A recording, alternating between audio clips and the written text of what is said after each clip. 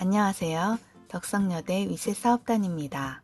찾아가는 실험실은 중고등 여학생을 대상으로 하는 공학계열 전공체험 수업으로 여학생들에게 공학계열 분야의 진학, 진로에 도움을 주고자 운영하는 프로그램입니다. 이번 영상에서 다룰 주제는 트랜지스터 반딧불이입니다. 실험 목적을 살펴볼까요? 전자전기공학에서 매우 많이 쓰이며 중요한 소자 중 하나인 트랜지스터의 원리를 알아보고 이 트랜지스터를 이용한 전자회로로 빛을 내는 귀여운 반딧불이를 만들어 보겠습니다. 자, 그럼 우선 트랜지스터가 무엇인지에 대해서 먼저 배워보겠습니다. 트랜지스터는 이렇게 생겼습니다. 각각 형태가 조금씩은 다르지만 기본적으로 머리가 있고 다리가 3개 달렸습니다. 이 머리 부분은 규소나 저마늄으로 만들어진 반도체를 3겹으로 접합한 것입니다. 트랜지스터는 전류나 전압 흐름을 조절하여 증폭시키는 역할을 하거나 또는 차단하기도 하여 스위치 역할을 하기도 합니다. 가볍고 소비 전력이 적기 때문에 과거 많이 사용되었던 진공관을 대체하여 대부분의 전자회로에 사용하게 되었습니다. 트랜지스터는 크게 접합형 트랜지스터와 전기장 효과 트랜지스터로 구분할 수 있습니다. 방금 트랜지스터가 전류나 전압 흐름을 조절하여 증폭시키는 역할을 한다고 했는데요. 어떤 식으로 증폭시키는지 잠깐 살펴보자면, 예를 들어 우리가 마이크로폰, 즉 마이크에 대고 말을 하거나 어떤 소리를 내면 마이크로폰은 이 소리를 약한 전기 신호로 바꾸어 앰프로 전달하게 되겠죠. 앰프 안에 트랜지스터가 들어있는데요. 베이스로 들어온 이 전기 신호는 트랜지스터를 거치면서 신호가 증폭되어서 컬렉터로 출력되게 됩니다. 이것을 몇 번 반복하다 보면 점점 신호가 증폭되어서 스피커를 울릴 만큼 강한 신호가 되는 거죠. 트랜지스터에는 크게 접합형 트랜지스터와 전기장 효과 트랜지스터가 있다고 했었는데요. 우리가 일반적으로 알고 있는 트랜지스터는 반도체를 3겹으로 접합하여 만든 접합형 트랜지스터입니다. 이 접합형 트랜지스터를 BJT, 바이폴라 적션 트랜지스터 라고 하는데요. 플러스 마이너스 전하를 모두 이용하는 쌍극형 반도체 소자입니다. BJT는 또 NPN형과 PNP형의 두 가지로 나뉠 수 있습니다. 아까 접합형 트랜지스터, 즉 BJT는 반도체를 3겹으로 접합해서 만든다고 했었죠? 이때 접합하는 반도체는 N형 반도체와 P형 반도체가 있는데 NPN형은 양쪽의 N형 반도체 사이에 아주 얇은 P형 반도체를 붙여서 만듭니다. 그러면 PNP형은 어떨까요? 그렇죠. 양쪽의 P형 반도체 사이에 가운데 얇은 N형 반도체를 붙여서 만들게 됩니다. 트랜지스터의 모습을 자세히 살펴봅시다. 반도체를 3겹으로 붙인 머리가 있고요. 길쭉한 다리가 3개 붙어 있습니다. 이 다리는 보통 왼쪽부터 차례대로 이미터, 베이스, 콜렉터의 역할을 합니다. 여기서 베이스가 전류의 흐름을 조절하는 역할을 하는데요. NPN 트랜지스터의 경우 베이스에 플러스를 걸어주면 전류는 C, 즉 콜렉터에서 E, 즉 이미터로 흐르게 됩니다. PNP 트랜지스터의 경우 베이스에 마이너스를 걸어주면 전류는 E에서 C로 흐르게 됩니다. 뭐가 뭔지 너무 어렵다고요? 이것을 이해하려면 우선 반도체의 원리에 대해서 알아야 할 것 같네요. 이야기를 처음으로 되돌려 보겠습니다. 반도체가 무엇일까요? 반도체는 도체와 부도체의 중간 성질을 지닌 물질인데요. 도체처럼 전기가 통하기도 하고 부도체처럼 전기가 안 통하기도 합니다. 대표적인 반도체 물질은 실리콘과 게르마늄이 있는데요. 규소라고도 불리는 실리콘은 지구에서 산소 다음으로 풍부하기 때문에 쉽게 구할 수가 있어서 반도체 재료로 널리 사용되고 있습니다. 일반적으로 반도체는 실리콘처럼 주기율표상의 4족 원소로 만들어집니다. 반도체의 특이한 성질은 그 원자 구조로 인해서 나타나기 때문이죠. 자, 여기에 어떤 원자가 있습니다. 원자에는 가운데에 플러스 성질을 띠고 있는 원자 핵이 있습니다. 그리고 그 주변에 마이너스 성질을 가진 전자들이 있죠. 원자는 이 원자 핵과 전자의 수에 따라 전기적 성질이 결정됩니다. 실리콘을 예로 들어보겠습니다. 실리콘은 최외곽 전자가 4개인 4족 원소입니다. 원자들은 최외곽 전자를 8개로 만들려는 성질이 있죠. 고체 상태의 실리콘은 서로가 서로의 최외곽 전자를 공유해서 8개로 만듭니다. 매우 안정적인 상태가 되고 전기적으로는 플러스도 마이너스도 아닌 중성의 상태가 되겠죠. 전기가 통하지 않습니다. 이때 여기에 소량의 불순물을 주입해 줍니다. 최외곽 전자가 1개 부족한 3족 원소나 1개 더 많은 5족 원소를 주입하게 되는데요. 이것을 도핑이라고 합니다. 아까 안정적으로 잘 있던 실리콘에게 3족 원소인 붕소를 도핑해 줍시다. 전자의 자리가 하나 남아서 양공이 생기고 이 물질은 전체적으로 플러스의 성질을 띠게 되겠네요. 이것을 포지티브 타입, 즉 P형 반도체라고 하는 것이죠. 이번에는 5족 원소인 인을 도핑해 볼까요? 4개씩 공유결합을 하고도 전자가 1개가 남네요. 이 남은 전자는 자유로운 상태, 즉 자유전자가 되겠죠. 그리고 이 물질은 전체적으로 마이너스의 성질을 띠게 될 것입니다. 이것을 네거티브 타입, 즉 N형 반도체라고 합니다. 지금 만든 P형 반도체와 N형 반도체를 붙여볼까요? 이런 식으로 되겠죠? 일반적으로 우리가 알고 있는 다이오드의 형태입니다.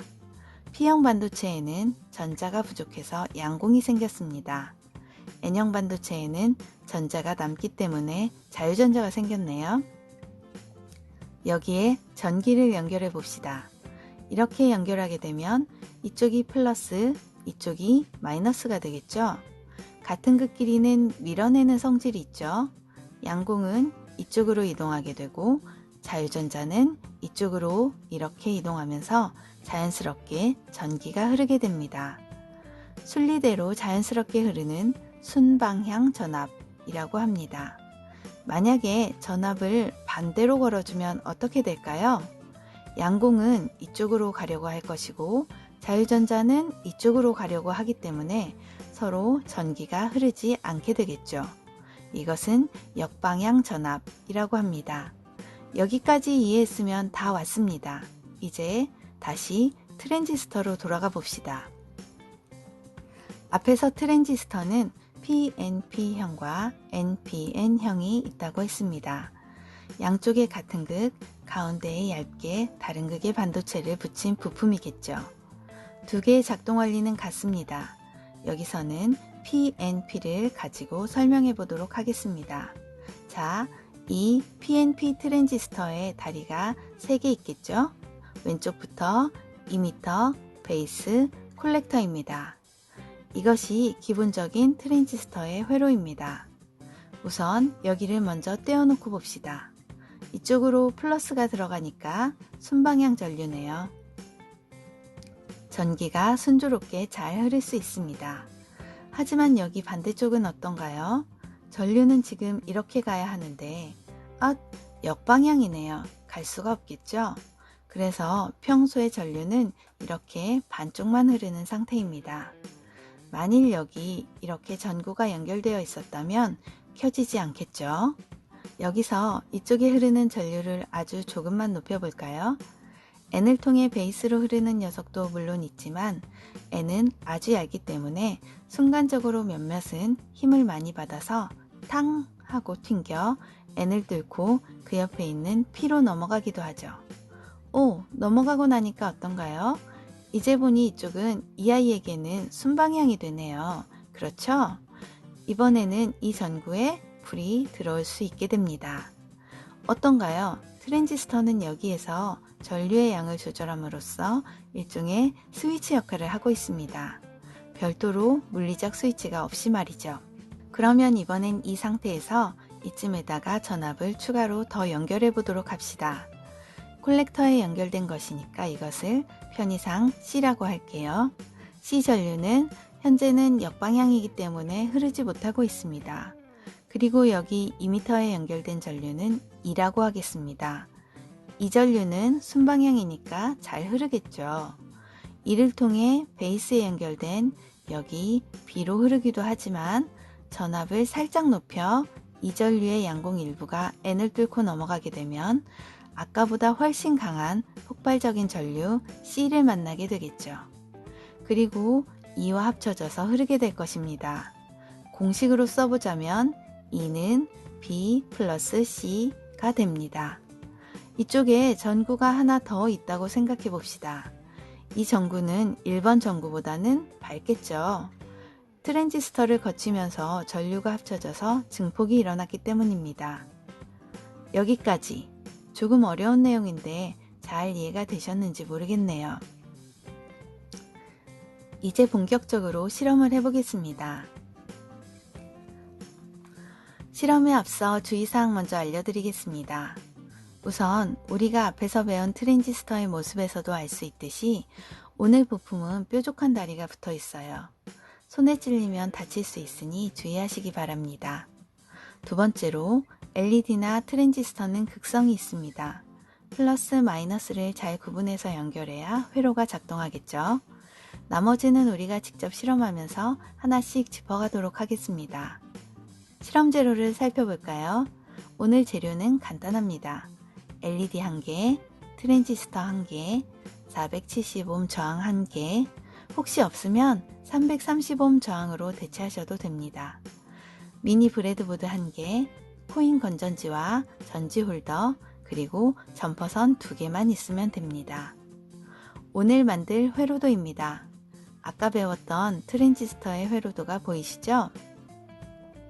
여기 C1815가 오늘 우리가 사용할 트랜지스터입니다.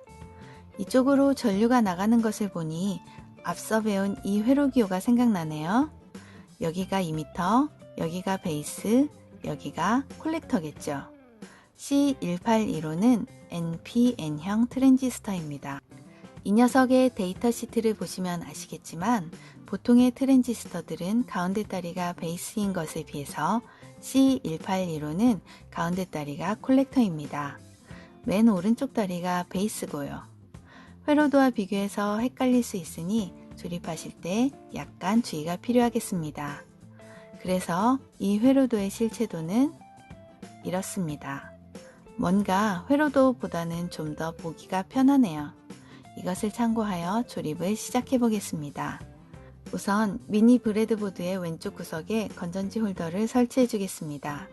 일단 자리만 잡아놓는 것이므로 이때 건전지는 넣지 않습니다.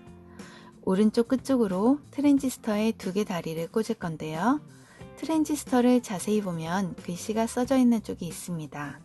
글씨 써진 면이 나에게 향하는 방향으로 하면 맞습니다. 그 방향으로 왼쪽 다리 2개를 미니 브레드보드의 끝쪽에 꽂겠습니다. 이때 꽂은 2개의 다리는 2m와 콜렉터겠죠? 그리고 베이스인 맨 오른쪽 다리는 옆쪽으로 쭉 펴줍니다. 나중에 이것을 손잡이 삼아 잡고 실험해 볼 거거든요. 그리고 LED를 꽂아줄 건데요. LED의 짧은 다리, 즉 마이너스 다리는 트랜지스터의 콜렉터에 꽂아줍니다. 그리고 LED의 긴 다리는 아직 아무것도 꼽지 않은 다른 라인에 꽂아주면 됩니다. 이번에는 저항을 꽂아주겠습니다. 오늘 우리가 가지고 있는 저항은 노보 갈금 띠를 가진 470옴 저항인데요. 만약 이것이 없을 때는 주주 갈금 띠를 가진 330옴 저항을 대신 사용해도 무방합니다. 저항은 극성이 없으니까 좌우를 신경 쓰지 않으셔도 됩니다. 한쪽 다리는 트랜지스터의 베이스처럼 옆으로 쭉 빼주시고 다른 한쪽 다리는 구부려서 LED의 플러스와 같은 라인에 꽂아주세요. 자, 이제 거의 다 됐습니다. 건전지 전원만 연결하면 됩니다. 건전지렉의 위에 네모나게 튀어나온 쪽이 플러스 쪽입니다. 플러스 라인에서 출발한 점퍼선은 LED의 플러스와 저항이 꽂힌 바로 그 라인에 꽂아주시면 되고요. 반대쪽 마이너스에서 출발한 점퍼선은 트랜지스터의 이미터, 즉 여기가 되겠죠? 이쪽 라인에 꽂아주시면 됩니다. 여기 5개는 서로 연결되어 있으니까 여기든 여기든 상관없이 원하는 데 꽂으시면 돼요. 자, 그럼 이제 완성됐습니다. 건전지 홀더에 건전지를 채워 넣고, 여기에서 건전지는 글씨가 써진 쪽이 위로 오게 넣어야 하는 것 알고 계시죠? 건전지를 넣은 뒤엔 아까 옆으로 쭉 빼준 트랜지스터의 베이스와 저항의 한쪽 다리를 각각 한 손에 하나씩 잡아볼까요? LED에 불이 켜지나요? 그렇다면 성공입니다. 역시 우리 인체는 도체였네요. 방금 설명한 내용을 실제 실험 영상으로 함께 보도록 하겠습니다.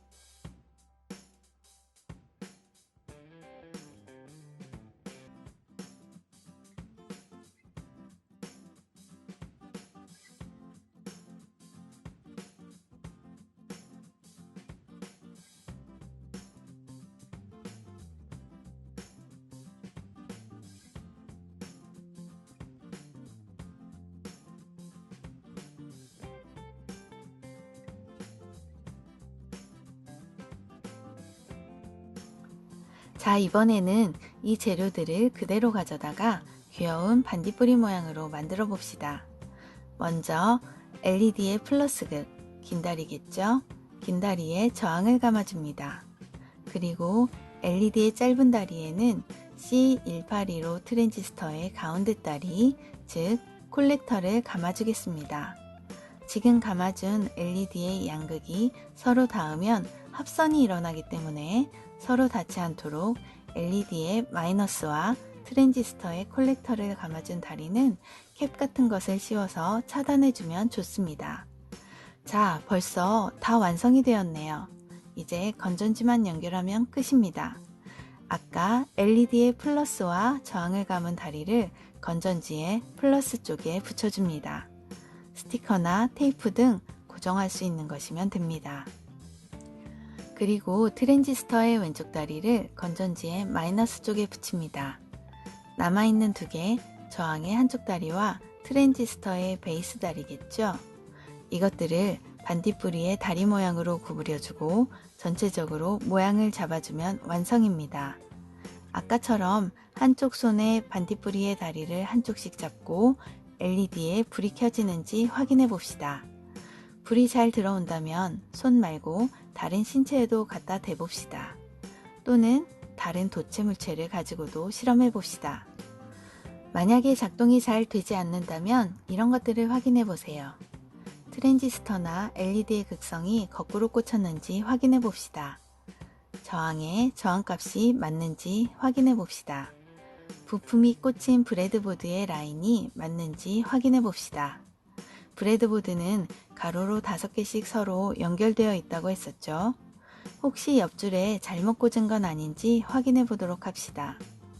이것들을 모두 확인했는데도 동작하지 않는다면 마음을 가다듬고 처음부터 차근차근 다시 해보면 좋을 것 같습니다. 이것으로 오늘의 활동이 끝났습니다. 생각해보기를 통해 오늘 활동을 정리해 봅시다. 신체 중 가장 불이 밝게 들어오는 곳은 어디인가요? LED의 불의 밝기가 차이나는 이유를 생각해 봅시다. 트랜지스터의 역할은 무엇인가요? 다음 시간에는 오늘 배운 실험을 발전시켜 보겠습니다.